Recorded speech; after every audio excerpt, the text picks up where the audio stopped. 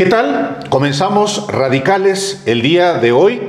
Pues sí, en un día en el que se da a conocer a un solo integrante del gabinete de la próxima presidenta de México, Claudia Sheinbaum, Lázaro Cárdenas Battel. Faltan todavía 3 nombramientos del gabinete: Turismo, Cultura y Trabajo.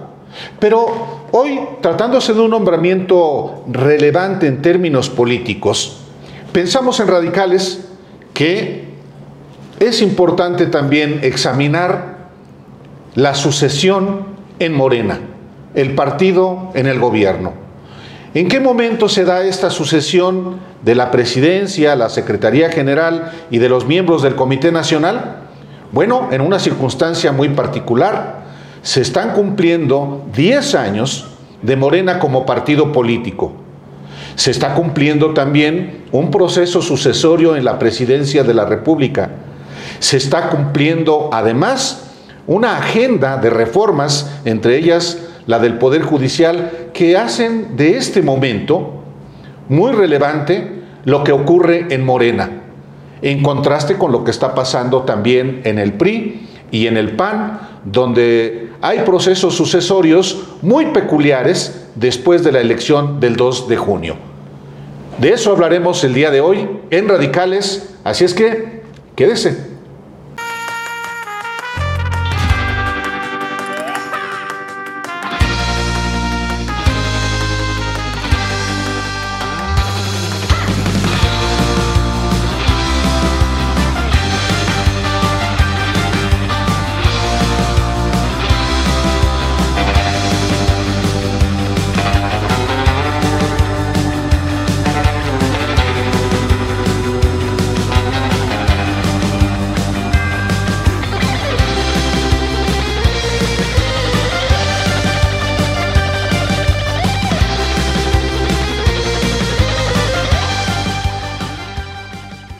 Habíamos estado haciendo Radicales sobre los nombramientos de Claudia Sheinbaum en el gabinete, pero impacta también, o se perfila que va a impactar también en Morena, lo que está pasando en el gabinete entrante, pero también en el gabinete saliente.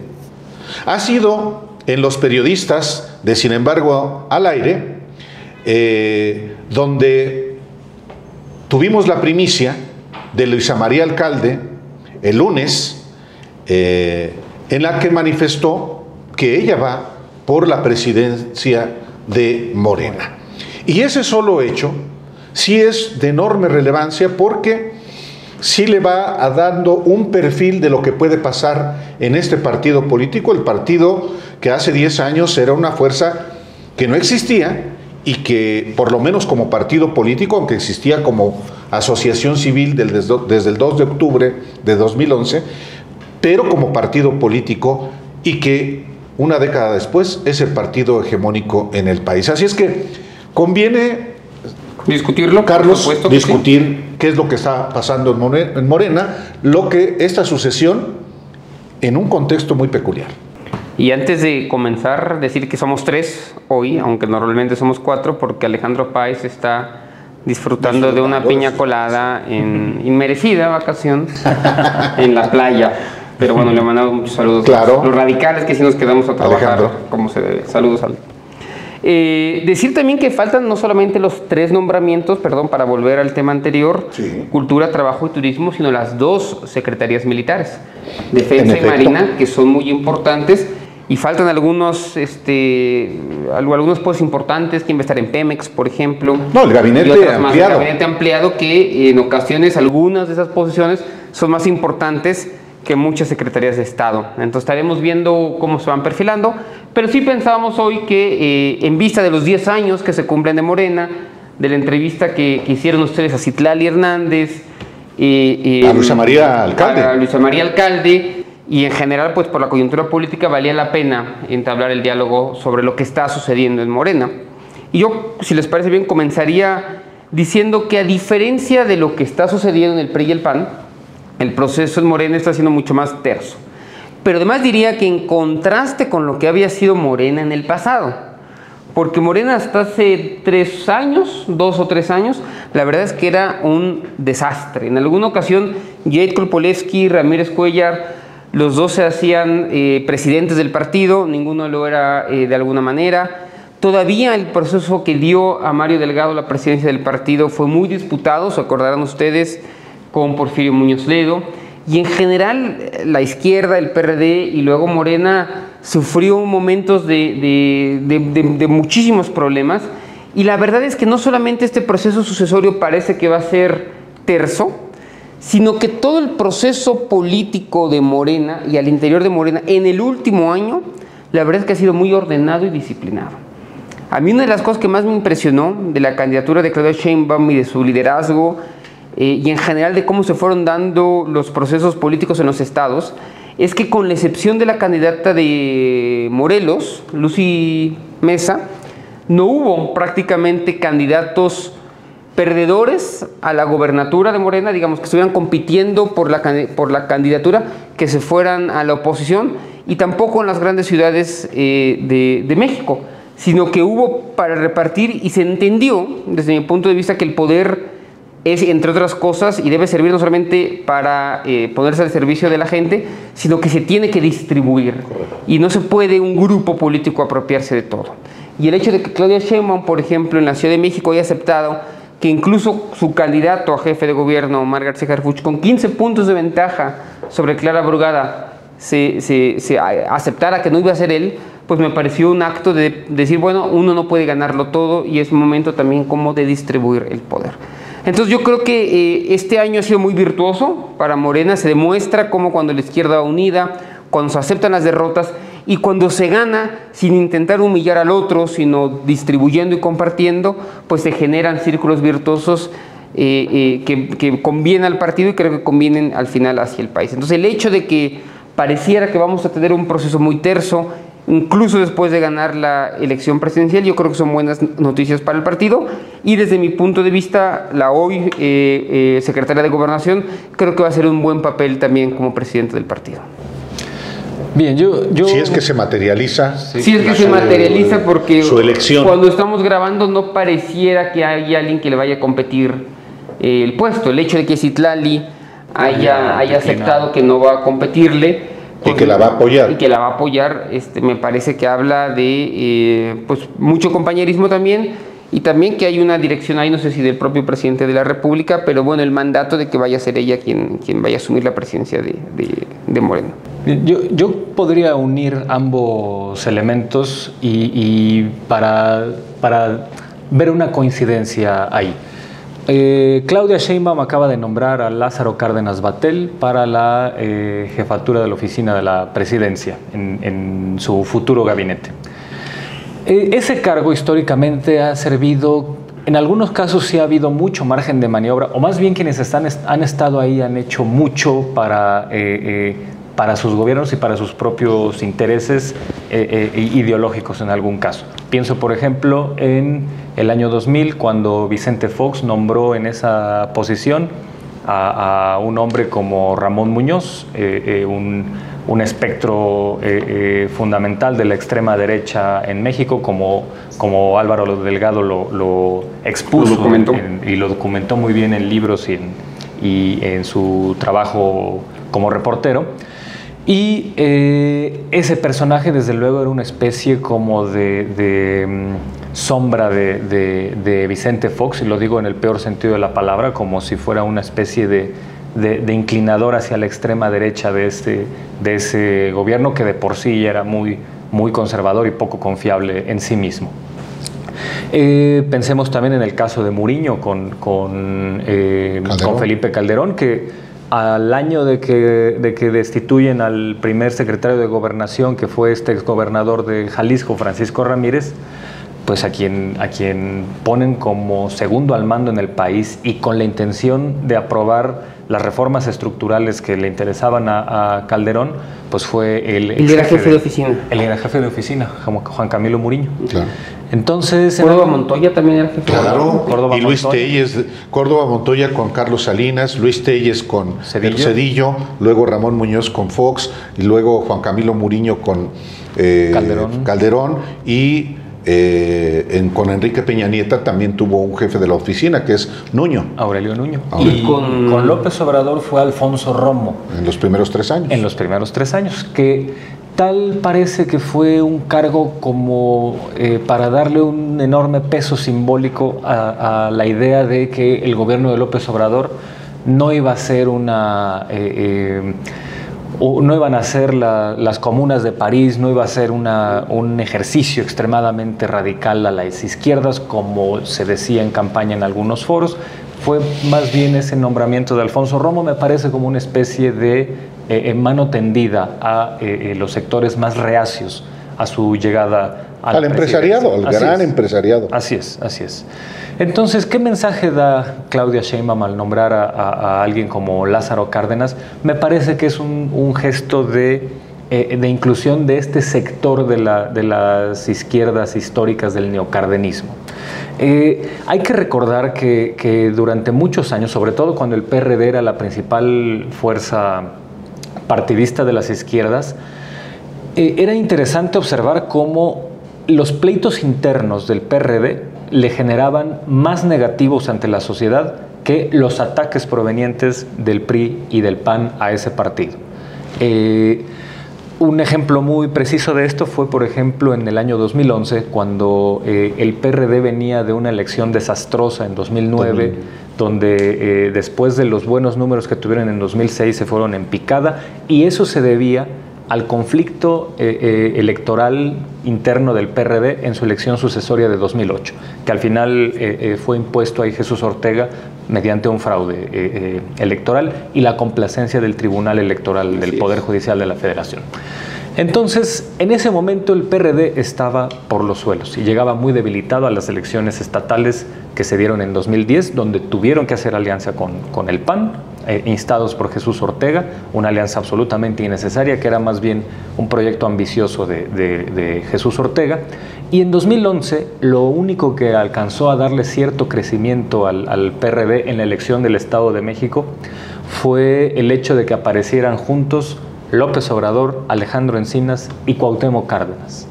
Hay una foto histórica ahí de los tres en esa contienda electoral, que fue la que le dio cierto repunte a Alejandro Encinas para enfrentar a un gobernador saliente absolutamente popular como era Enrique Peña Nieto, y a Erubiel Ávila, que era el entonces candidato del PRI.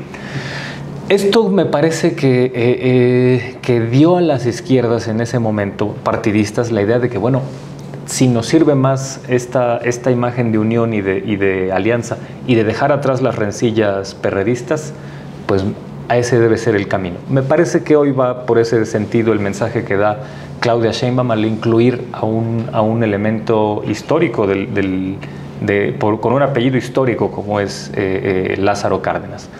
Ahora, lo mismo ocurre, creo yo, con el mensaje que se da en la posible sucesión en Morena que pudiese favorecer a Luisa María Alcalde, quien es, si alguien representa a Morena como movimiento y como partido, no solo como partido, es Luisa María Alcalde. Bueno, hasta en lo simbólico, ella fue la primera, el rostro de Morena en sus primeros promocionales como partido, y ella fue la primera dirigente de Morena, jóvenes y estudiantes, que hay que recordar que ese fue uno de los impulsos centrales para que Morena lograra esta conversión a ser partido político en 2012, porque si bien ya venía Morena como un movimiento político muy importante desde años atrás, en el 2012 lo que le logra dar a López Obrador como candidato presidencial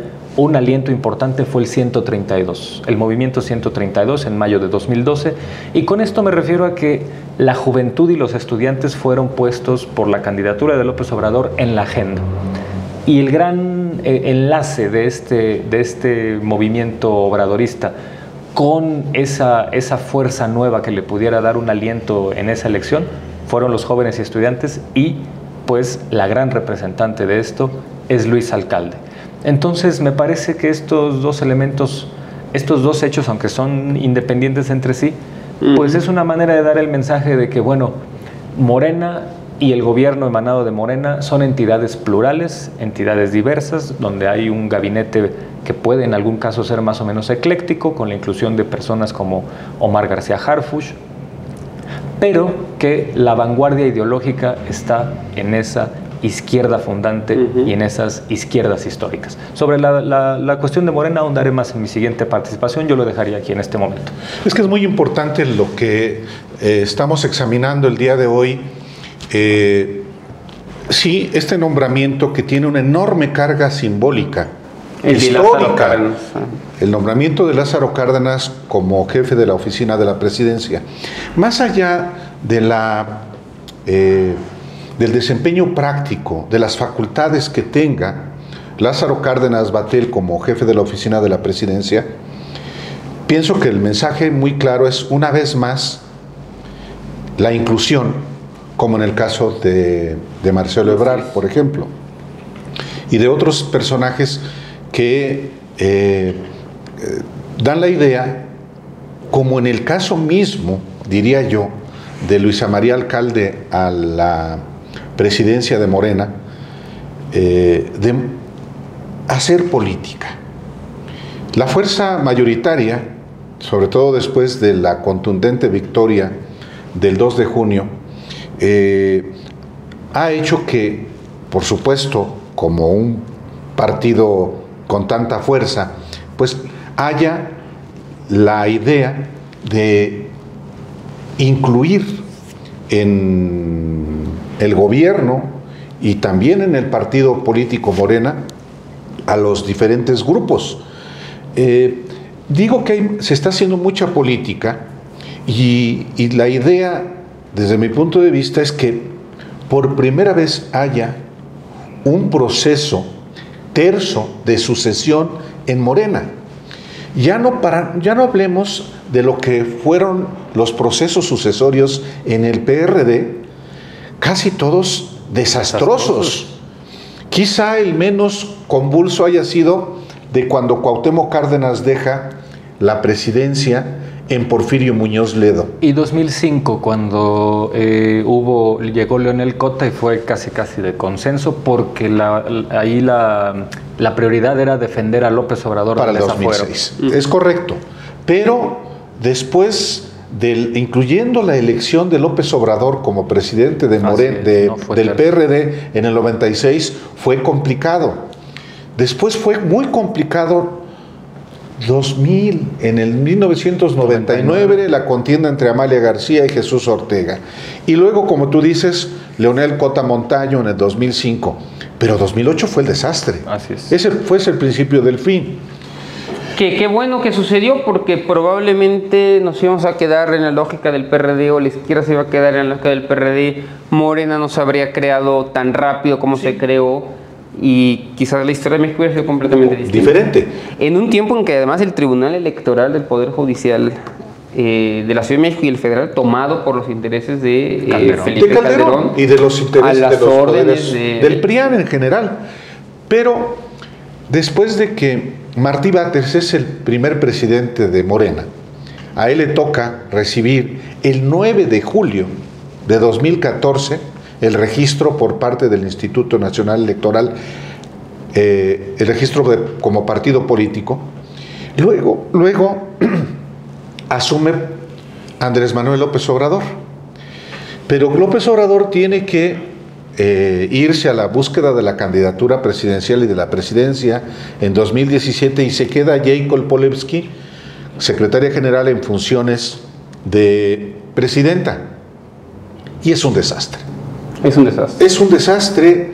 Jacob Polewski aferrada a controlar todo y a no mantener diálogo con nadie. Claro, se cruza también la pandemia y luego se genera un movimiento para que Alfonso Ramírez Cuéllar, muy cercano a Claudia Sheinbaum, desde que eran estudiantes de la prepa, y al final tiene que ser el Tribunal Electoral el que ordena una encuesta para definir al candidato, y una vez más un proceso convulso con Porfirio Muñoz Ledo por una parte, y por otra parte Mario Delgado y otros personajes periféricos, uno de ellos Gibran Ramírez, que también quiso ser presidente, y Citlali Hernández, que también participa en esa coyuntura. Qué cosa, ¿no? Lo que pudo haber cambiado, por supuesto, la dirección de pero esta es la primera vez. Hago este recuento para que usted, que nos está viendo, recuerde lo que ha pasado en particularmente un cuarto de siglo, pero de manera particular en 10 años desde Morena como partido político. Corrígeme, Álvaro, también para que lo tengamos claro. La primera encuesta que mandata hacer el INE empatan, ¿cierto?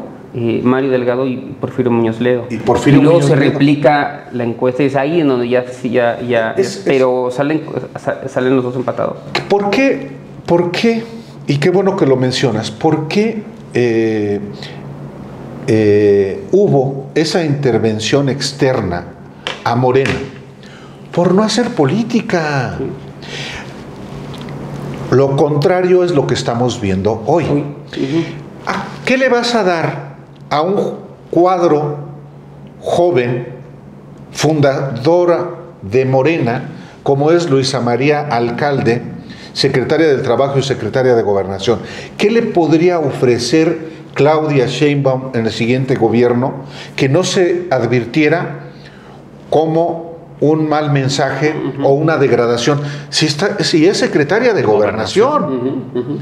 Bueno, creo que la política ha hecho que se le perfile como la dirigente de la partido político que tiene el propósito, no solamente dicho por ella en la entrevista que tuvimos el lunes aquí en Los Periodistas, sino lo dicho por la propia Claudia Sheinbaum.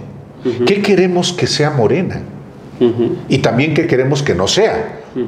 En ese sentido, alguien que viene del origen, que no es Mario Delgado. Mario Delgado se incorpora a Morena después de que ya está constituido como partido político.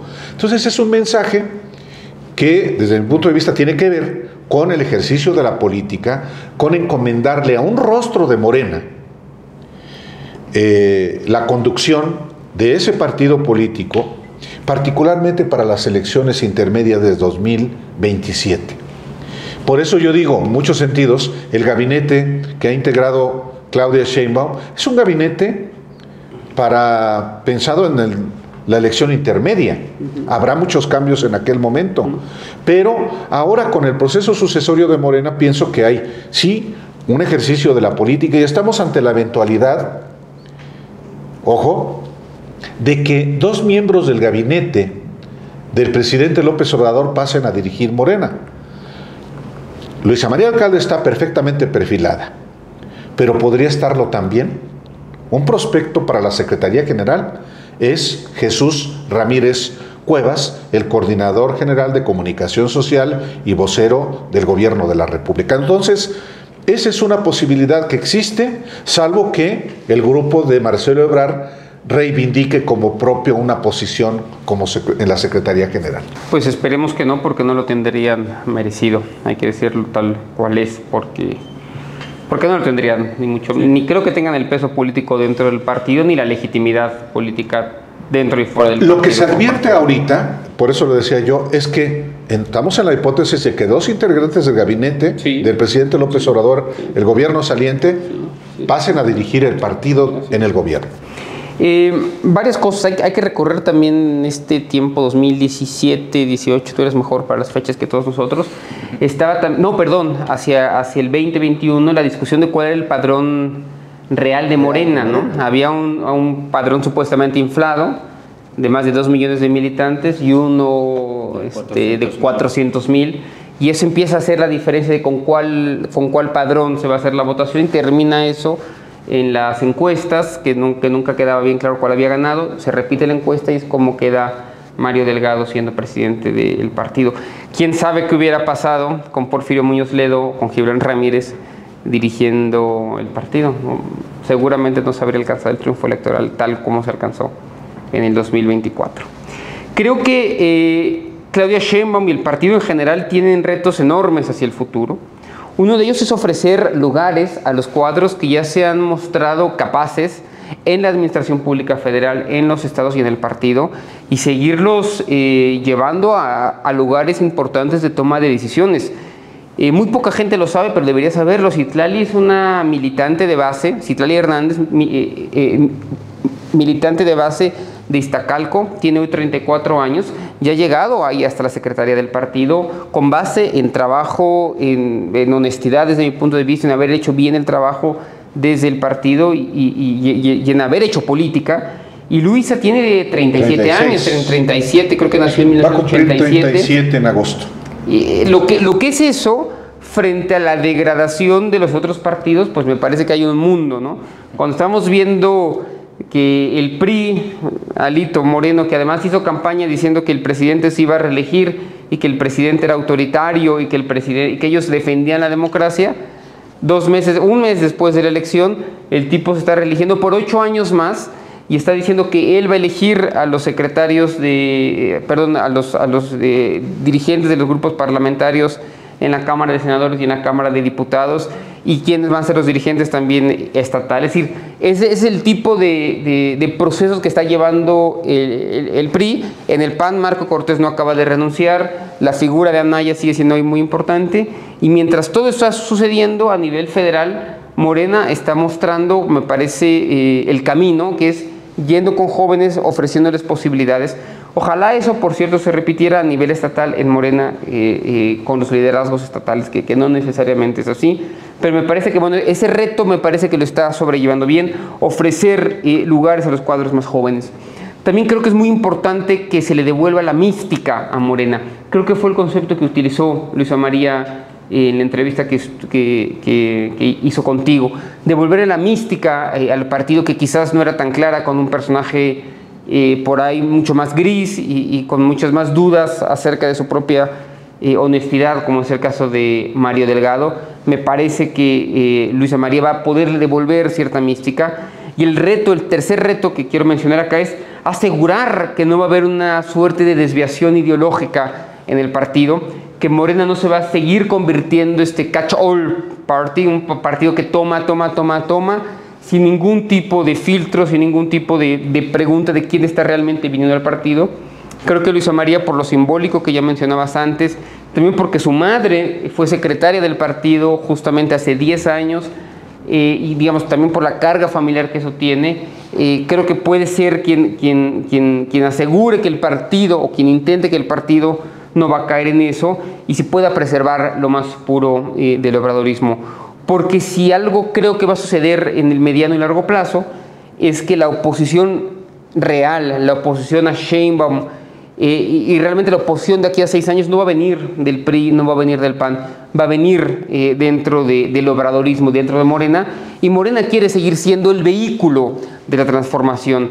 Luisa María tendría la función de asegurar que Morena no sea un fin, sino que siempre sea un medio justamente para conseguir victorias importantes para la sociedad mexicana en su conjunto, y no se quede solamente como una suerte de herramienta para pasar de un lugar a otro. Entonces creo que Morena todavía tiene mucho que dar a la sociedad mexicana, y creo que con un recambio generacional como el que sí se está dando en el partido, se va a asegurar. Me gustaría, lo dejo ahí para que lo discutamos más tarde, que también ese recambio generacional se diera en el gabinete y se estuviera dando también en otros lados, algo que no necesariamente estamos viendo con las designaciones que hemos visto en las últimas semanas.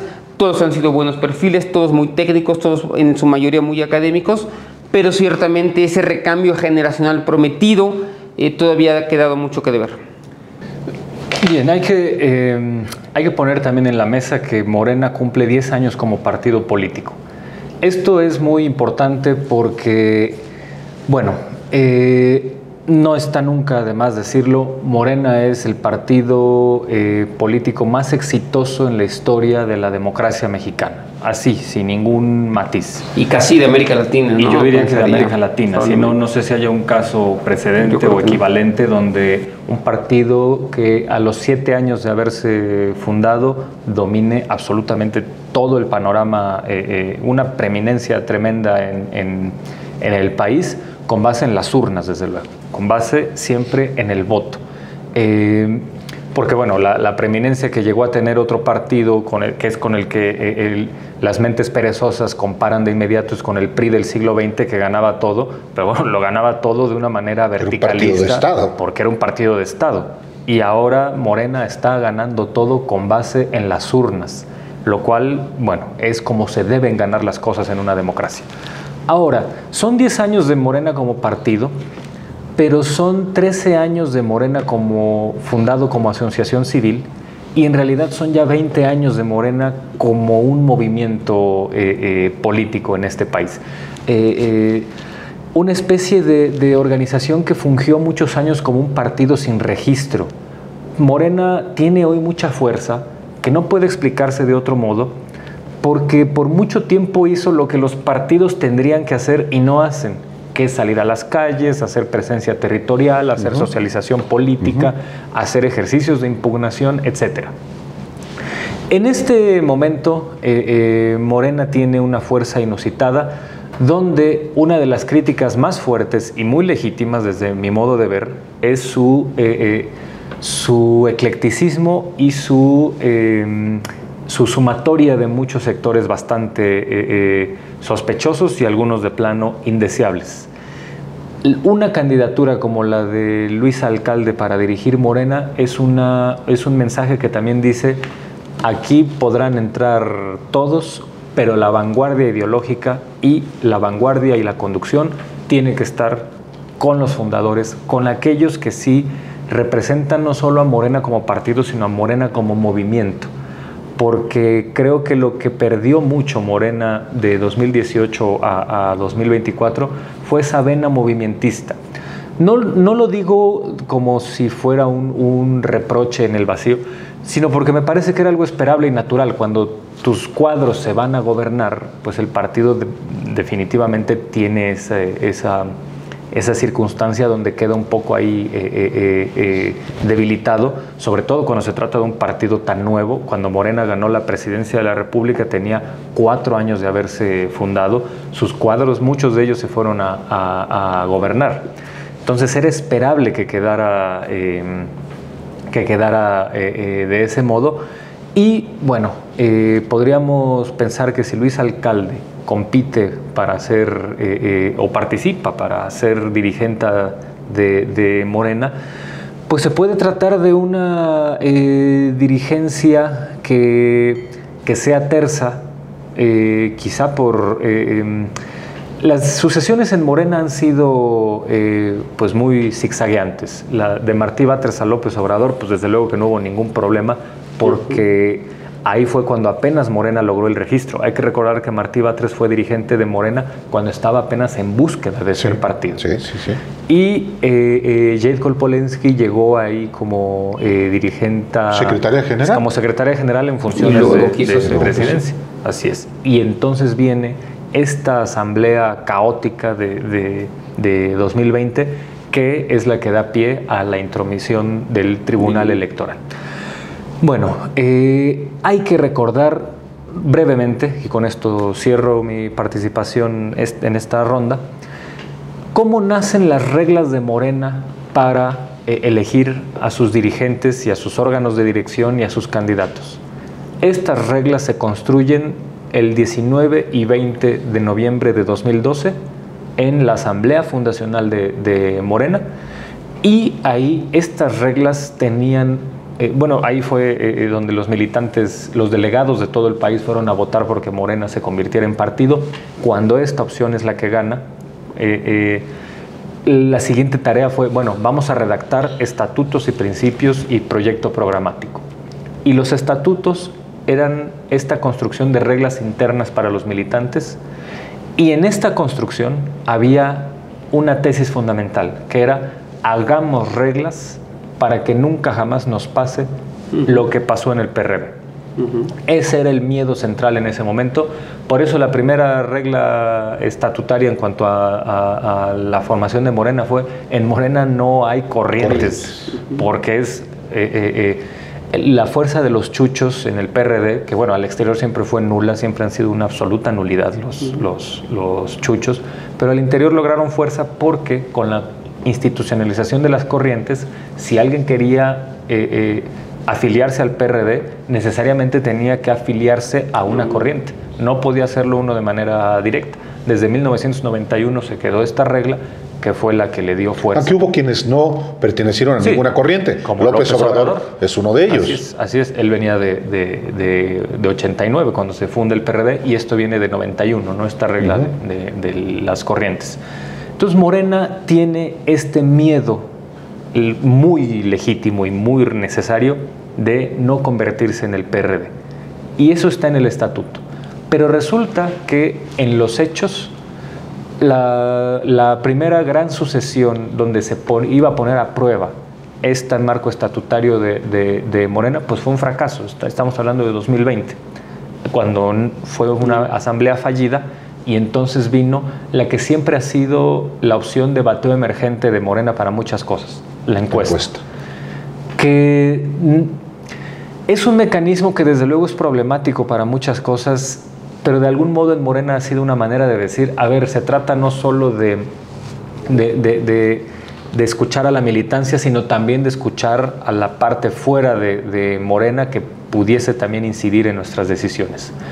Ahora parece que por primera vez puede haber una sucesión en Morena donde haya este apego a los principios fundacionales y a los estatutos. Entonces, pues es una coyuntura muy importante para el partido porque, insisto, se trata de la presidencia de la República más votada en la historia. Claudia Sheinbaum llega con una legitimidad solo comparable con la de López Obrador en 2018, y Morena está en este momento como el partido político más importante de la historia mexicana reciente, y quizá no tarda en desbancar al PRI en ese sentido, y uno de los partidos políticos más importantes en América Latina. Fíjense usted que nos escucha y que nos ve, ya hay, digamos, una fecha en la que puede resolverse la sucesión en Morena. En Morena los estatutos establecen 2 vías para elegir a dirigentes: encuesta o los delegados al Congreso Nacional. Hoy hay un Congreso Nacional en funciones, o hay delegados que fueron electos para el Congreso Nacional. Mario Delgado justamente adelantó el miércoles 10, que la segunda quincena de septiembre podría ser la fecha para la celebración de la elección. Todavía falta por definir el método. Es muy probable, me atrevo yo a adelantarlo aquí, que sea una dirigencia de consenso, que precisamente para evitar un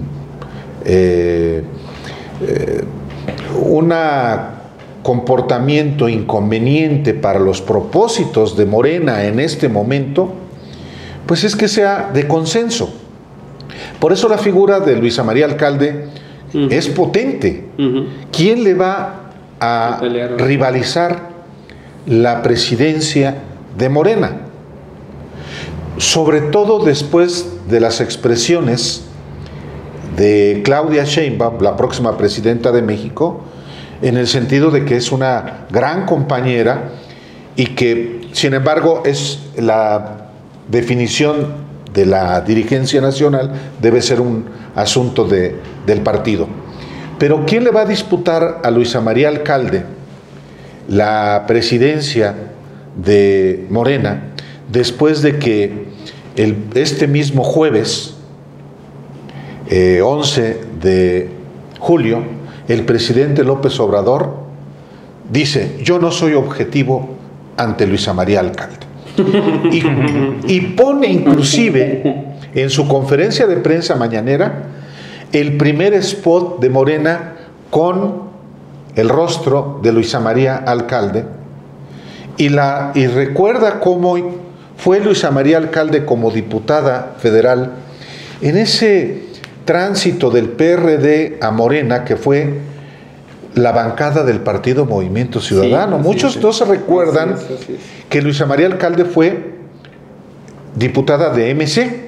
Lo recordábamos justamente en la entrevista de lunes. Monreal también. Monreal. Ebrard intentó ser candidato. Pero Monreal fue en 2015.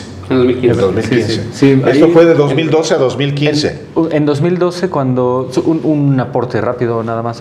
En 2012, esto es muy importante, creo yo, cuando ya se notaba que la fuerza principal que iba a votar por López Obrador en esa elección, pues venía no de simples perredistas, sino de fuera, y sin embargo el PRD ahí estaba todavía dirigido por ya estaba dirigido por Jesús Zambrano, y acapararon todas las candidaturas. La primera candidatura plurinominal era Angélica de la Peña, la esposa de Jesús Ortega.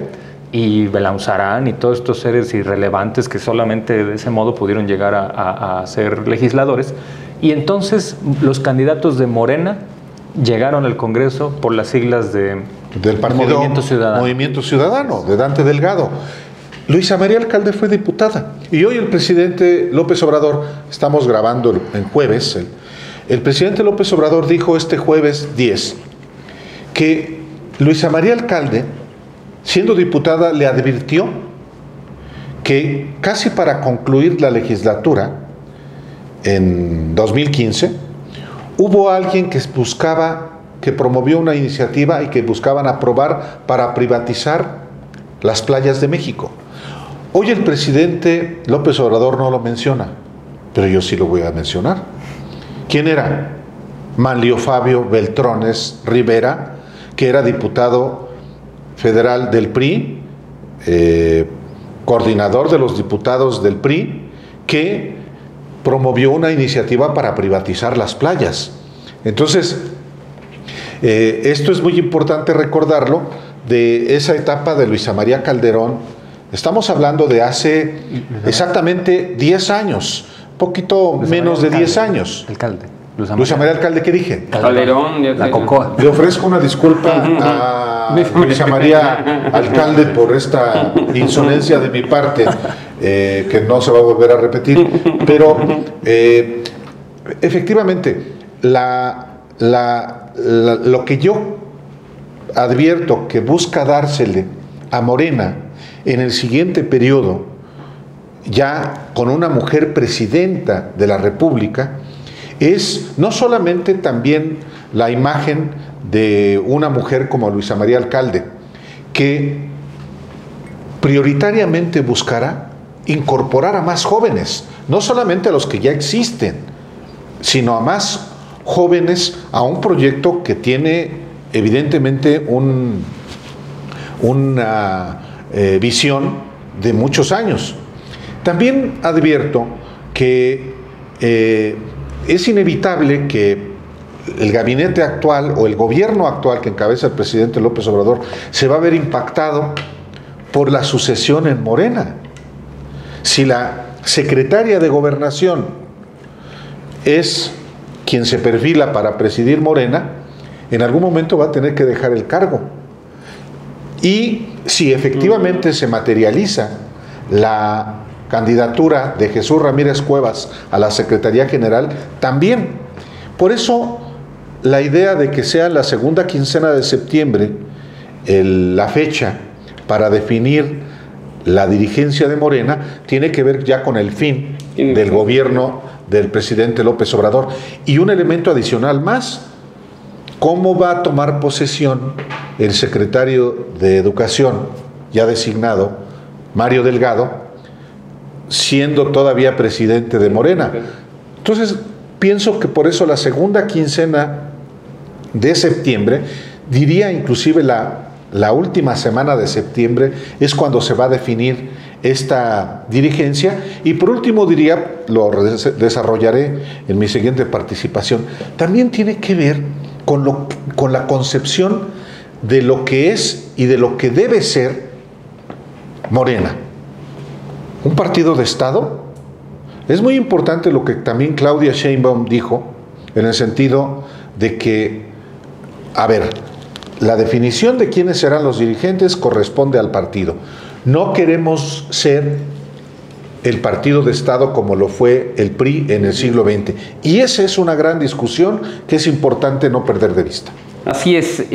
Sobre septiembre, sobre el mes de septiembre va a ser el mes más importante del segundo semestre del año, porque no solamente es el último mes donde Andrés Manuel López Obrador será presidente, tendrá las mayorías legislativas a su favor, sino que también en el orden partidista se van a definir muchas cosas. Entonces, no se vayan de vacaciones en septiembre, porque ahí va a suceder todo lo relevante en la política nacional.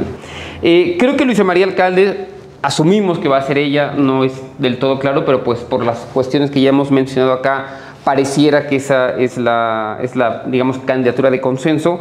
Tendrá varias tareas importantes. La primera es revisar, algo muy importante, revisar los métodos de selección de los candidatos. Impedir que lleguen los Sergio Meyer, que lleguen aquellas candidaturas, aquellas figuras que ya sea porque dieron dinero al partido, y en lo local hay así, o porque compraron las candidaturas. Porque hay que decirlo como es, o sea, a nivel local y a nivel federal, las candidaturas se compran, hay mucho dinero privado ahí, y si uno tiene suficiente dinero para comprar una candidatura, se le da. Y eso se ha permitido también durante el liderazgo de Mario Delgado al frente de Morena, y se ha permitido históricamente, digamos, en la partidocracia mexicana, y creo que hay que detener eso si quieren ellos que Morena siga funcionando y teniendo un rol positivo en la sociedad mexicana, ¿no? No pueden cometerse esos excesos.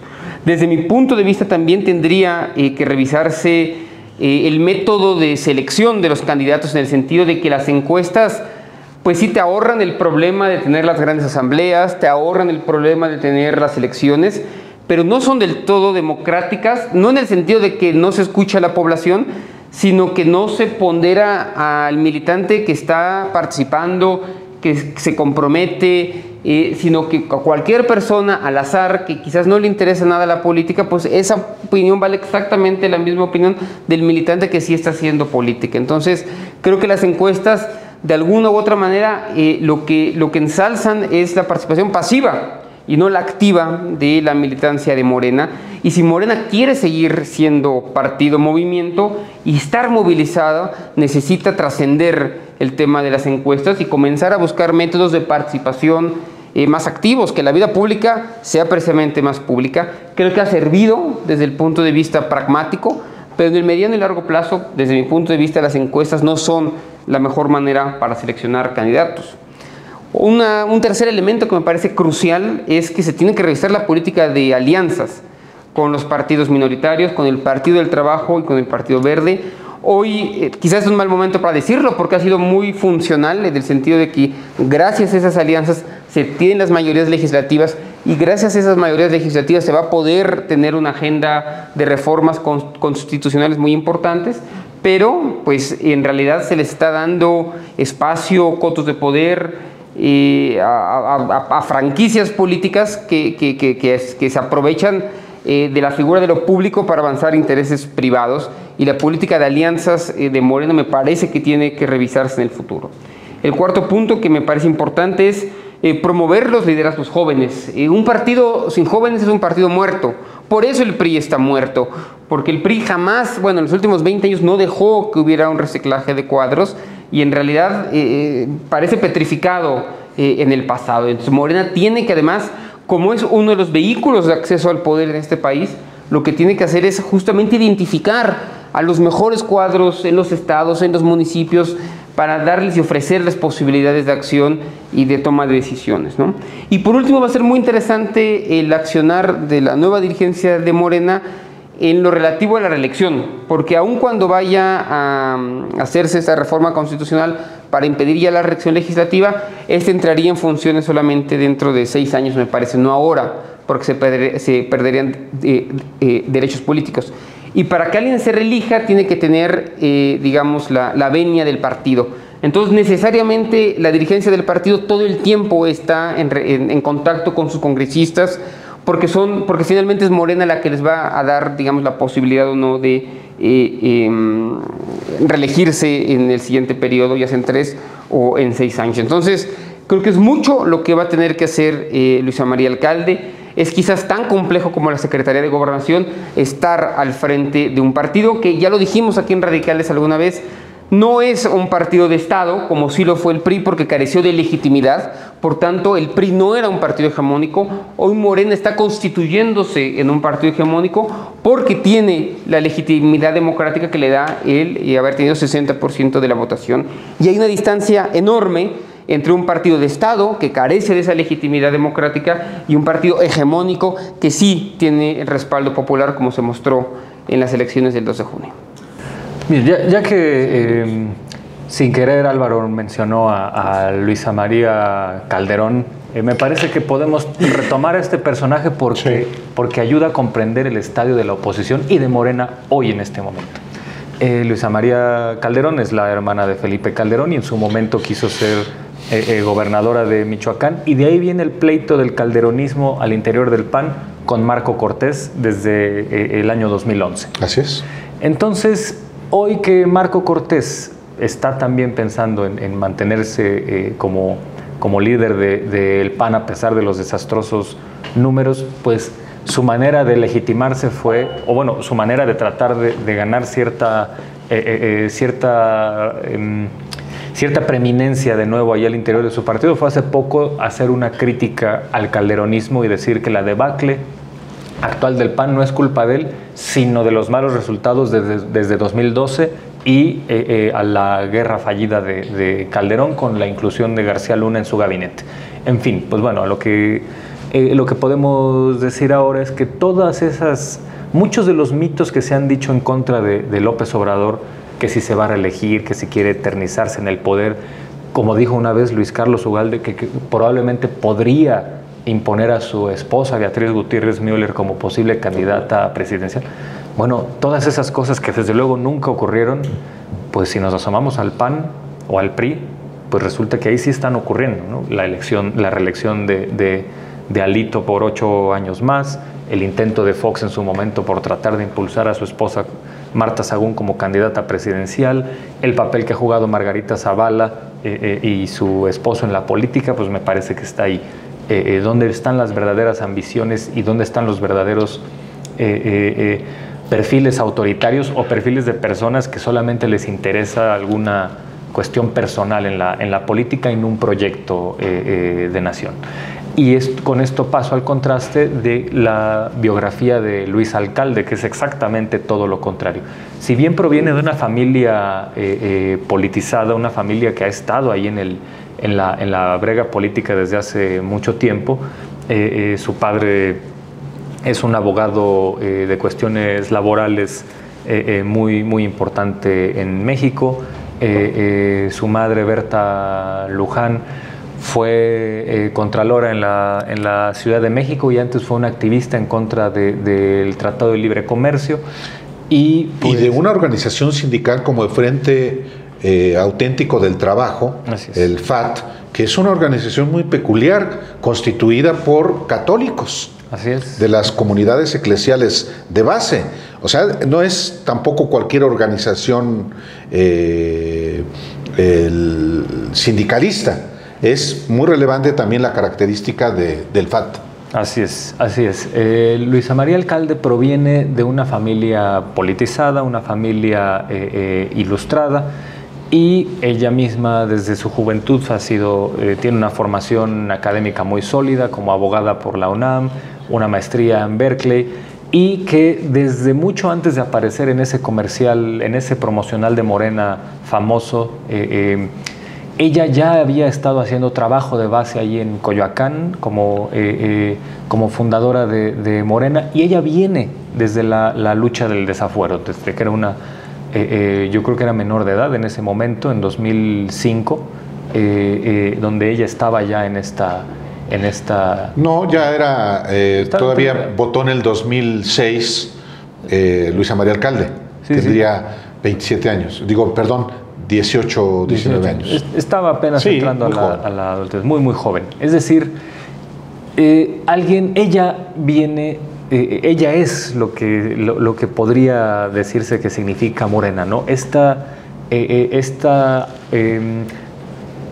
Este afluente ciudadano de personas que se politizaron muy fuertemente durante el sexenio de Vicente Fox, en contra de Vicente Fox, en contra de su política neoliberal y también en contra de su política autoritaria, expresada con mayor nitidez en el caso del desafuero, y que ahí empezó a hacer política desde abajo, a pesar de provenir de una cierta élite intelectual, cierta familia política, etcétera, pues hacer política desde abajo, y desde ahí ha ido ascendiendo hasta, bueno, hoy ser secretaria de Gobernación. Me parece que sería la mejor manera de que Morena pudiera encontrar su mejor papel ya como un partido muy, muy poderoso y al mismo tiempo frágil, porque es electoralmente poderoso, pero como se demostró en 2020, al interior le falta mucha institucionalización, le falta mucho seguimiento de reglas, porque con un soplido a veces podría esa fragilidad perderse. Entonces el liderazgo de Luis Alcalde podría ser un elemento que solidifique esta parte. Yo por último diría que indiscutiblemente en Morena van a tener que discutir y definir o ratificar qué es lo que son como partido político y qué es lo que le van a ofrecer o seguir ofreciendo a los mexicanos. Y la discusión no es solamente de sus reglas internas. La discusión tiene que ver también con un concepto que debe ser también tema de discusión no solamente en ese partido, sino en la sociedad. El partido en el gobierno, que es Morena, no puede convertirse ni reproducir las prácticas de los partidos, ya no solamente del PRI, también del PAN. Es decir, que sea el presidente de la República, en este caso la próxima presidenta de la República, Claudia Sheinbaum, la que se inmiscuya en la vida partidaria.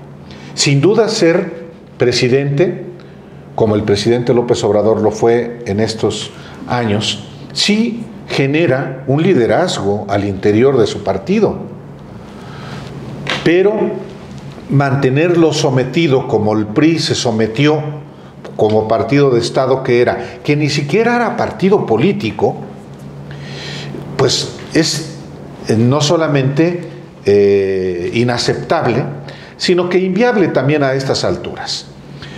Tampoco podría pensarse en una relación como la que estableció Felipe Calderón con el PAN, que también lo subordinó, con Germán Martínez, con César Nava de manera particular. ¿Qué clase de relación debe existir entre el partido en el gobierno y el gobierno? Y en un país constitucionalmente presidencialista, ¿cuál debe definirse? Y pienso que la propia Claudia Sheinbaum, al mencionar, está comenzando a generar esa discusión no solamente necesaria, sino urgente ante lo que viene, no solamente en el proceso sucesorio, sino también para discutir abiertamente ante los perezosos mentales que en automático comparan al PRI del siglo XX con Morena en el siglo XXI, que es una absoluta estupidez, pereza mental, muy propia de la oposición de la derecha. Y en ese sentido, también pienso que es un tema que le concierne a toda la sociedad. ¿Qué es lo que quiere la sociedad de un partido que está en el ejercicio del poder y qué no quiere? Y yo creo que lo que no queremos los mexicanos es efectivamente que exista un partido que esté subordinado al gobierno a nivel federal y también a nivel de los estados y de los municipios, porque los riesgos son que se conviertan los comités de Morena, el nacional en los estados y en los municipios en apéndices del gobierno. Y que se convierta también el gobierno en agencia de colocaciones de quienes militan en ese partido político. Eso, bajo ninguna circunstancia, se podría aceptar. En fin, que estamos ante un panorama complejo. No va a haber agrupación en México más difícil de manejar que Morena en los próximos 6 años. La tarea que va a tener la nueva dirigencia de Morena va a ser enorme. Mucha política. Hay que hacer política, de eso se trata la política, sí, de aceptar el disenso y de estar buscando acuerdos continuamente. El acuerdo con ustedes que nos sigamos viendo todos los viernes a las 10 de la noche, como siempre, en Radicales. La próxima semana ya con Alejandro Páez Varela. Alejandro Páez Varela. Le mandamos un abrazo. Ya muchas gracias. Descansando. Nos vemos el siguiente viernes. Adiós. Hasta luego. Corte.